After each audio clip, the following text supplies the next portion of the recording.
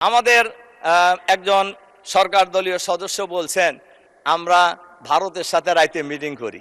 বাংলাদেশের জনগণ জানে কে কোন দল কারা ভারতের সাথে মিটিং করে, কাদের সাথে আত্মীয়তা ভারতের কাদের আত্মীয় স্বজন এখন পলায়ন করে ভারতে আছে এবং আগে কারা যায় ভারতে ছিলেন, এসবই বাংলাদেশের মানুষ জানে।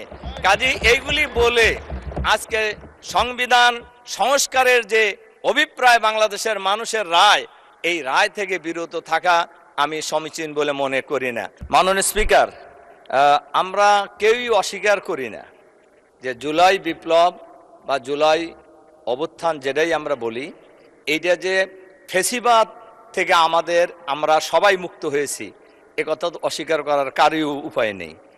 এবং আমরা দীর্ঘ 16 বছর যদি আমরা অন-11-এর সরকার ধরি তাহলে প্রায় 18 বছর এই দেশের মানুষ ফেসিবাদের কবলে ছিল, ফেসিবাদের জুলুম নির্যাতনের শিকার আমরা ছিলাম। আমাদের মাননীয় প্রধানমন্ত্রী আজকে যিনি সংসদ নেতা, তিনিও সেই অন-11-এর সরকারের জুলুম নির্যাতনের শিকার হয়েছিলেন। দীর্ঘ সংগ্রামের পর যখন ফেসিবাদী সরকারের প্রধানমন্ত্রী পলায়ন করে চলে গেলেন বাংলাদেশ থেকে, তখন একটি সাংবিধানিক সংকট দেশে তৈরি হয়েছিল। অন্তর্বর্তীকালীন সরকারের কথা সংবিধানে নাই, তাহলে সরকার গঠিত হলো কিভাবে?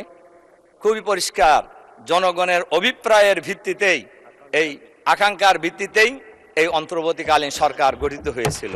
তাহলে বোঝা যায় সব জিনিস সব সময় সংবিধান ছাড়াও চলেছে। আজকে যে গণভোটের ব্যাপারে প্রশ্ন তোলা হয়েছে, 77 সালে গণভোট হয়েছে, এরশাদের সময়ও হয়েছে, 91 সালেও গণভোট হয়েছে, এবং এই কোনো গণভোটের কথাই সংবিধানে ছিল না, কিন্তু গণভোট হয়েছে এবং সেই গণভোট অনুযায়ী কিন্তু আমরা দেখেছি কার্যকরও হয়েছে। কাজে এবারও প্রায় 70 ভাগ মানুষ এই জুলাই বিপ্লবের পক্ষে, সংস্কারের পক্ষে তাদের রায় দিয়েছে। আমাদের মাননীয় সরকারি দলের একজন সদস্য বলেছেন যে 51 ভাগ পরিবর্তনের পক্ষে, সংশোধনের পক্ষে মত দিয়েছে। 51 ভাগ শক্তিশালী না 70 ভাগ শক্তিশালী? এটা তো খুব পরিষ্কার, এটা সবাই বুঝবে যে 70 ভাগ অনেক শক্তিশালী। সম্মানিত মাননীয় স্পিকার, আমাদের একজন সরকার দলীয় সদস্য বলছেন আমরা ভারতের সাথে রাইতে মিটিং করি। বাংলাদেশের জনগণ জানে কে কোন দল কারা ভারতের সাথে মিটিং করে, কাদের সাথে আত্মীয়তা ভারতের কাদের আত্মীয় স্বজন এখন পলায়ন করে ভারতে আছে এবং আগে কারা যায় ভারতে ছিলেন, এসবই বাংলাদেশের মানুষ জানে। কাজী এইগুলি বলে আজকে সংবিধান সংস্কারের যে অভিপ্রায় বাংলাদেশের মানুষের রায়, এই রায় থেকে বিরত থাকা আমি সমীচীন বলে মনে করি না। আমরা আজকে যারা এখানে আজকে সরকারি দল এবং বিরোধী দলে ছিলাম, আমরা কিন্তু সবাই এই ফেসিবাদের জুলুম নির্যাতনের শিকার। আজকে সংস্কারের মধ্যে যে কথা বলা হয়েছে, সুপ্রিম কোর্টকে আলাদা সচিবালয়ের মধ্যে, বিচার ব্যবস্থাকে আলাদা সচিবালয়ের মধ্যে নিয়ে যাওয়া। দেখেন, আজকে প্রধান বিচারপতি একজন দলীয় লোক ছিলেন খায়রুল হক, কেয়ারটেকার সরকারকে লণ্ডভণ্ড করে দেওয়ার কারণেই এই ফেসিবাদী সরকার দীর্ঘায়িত হয়েছে। কাজেই আমরা চাই, সবাই মিলেই চাওয়া উচিত, আমাদের সবার অভিপ্রায় আমাদের এই বাংলাদেশ ভালো চলুক, আমরা সবাই মিলেই এই বাংলাদেশকে আগামী দিনে গড়ে তুলব। কাজেই দেশের প্রয়োজনে, সংবিধান তো কোনো কোরআনের বাণী নয়, কোনো ওহী নয়, জনগণের জন্য সংবিধান, সংবিধানের জন্য জনগণ নয়।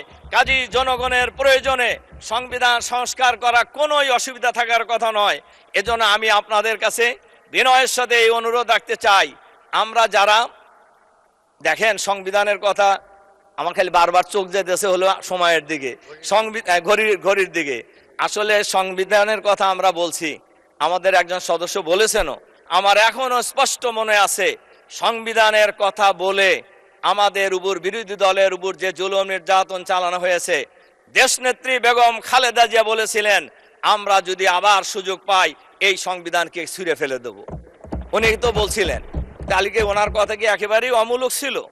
শুধু তাই নয়, আমরা সব সময় লক্ষ্য করেছি সরকারে যারাই থাকে তারা সব কিছুকে দলীয়করণ করার চেষ্টা করেন। আমরা আশা করব এখন যারা সরকারে আছেন তারা দলীয়করণ করবেন না। যদি নাই করেন তাহলে আপনাদের সংস্কারের ভয় কেন? সংস্কার করতে আপনাদের অসুবিধা কি?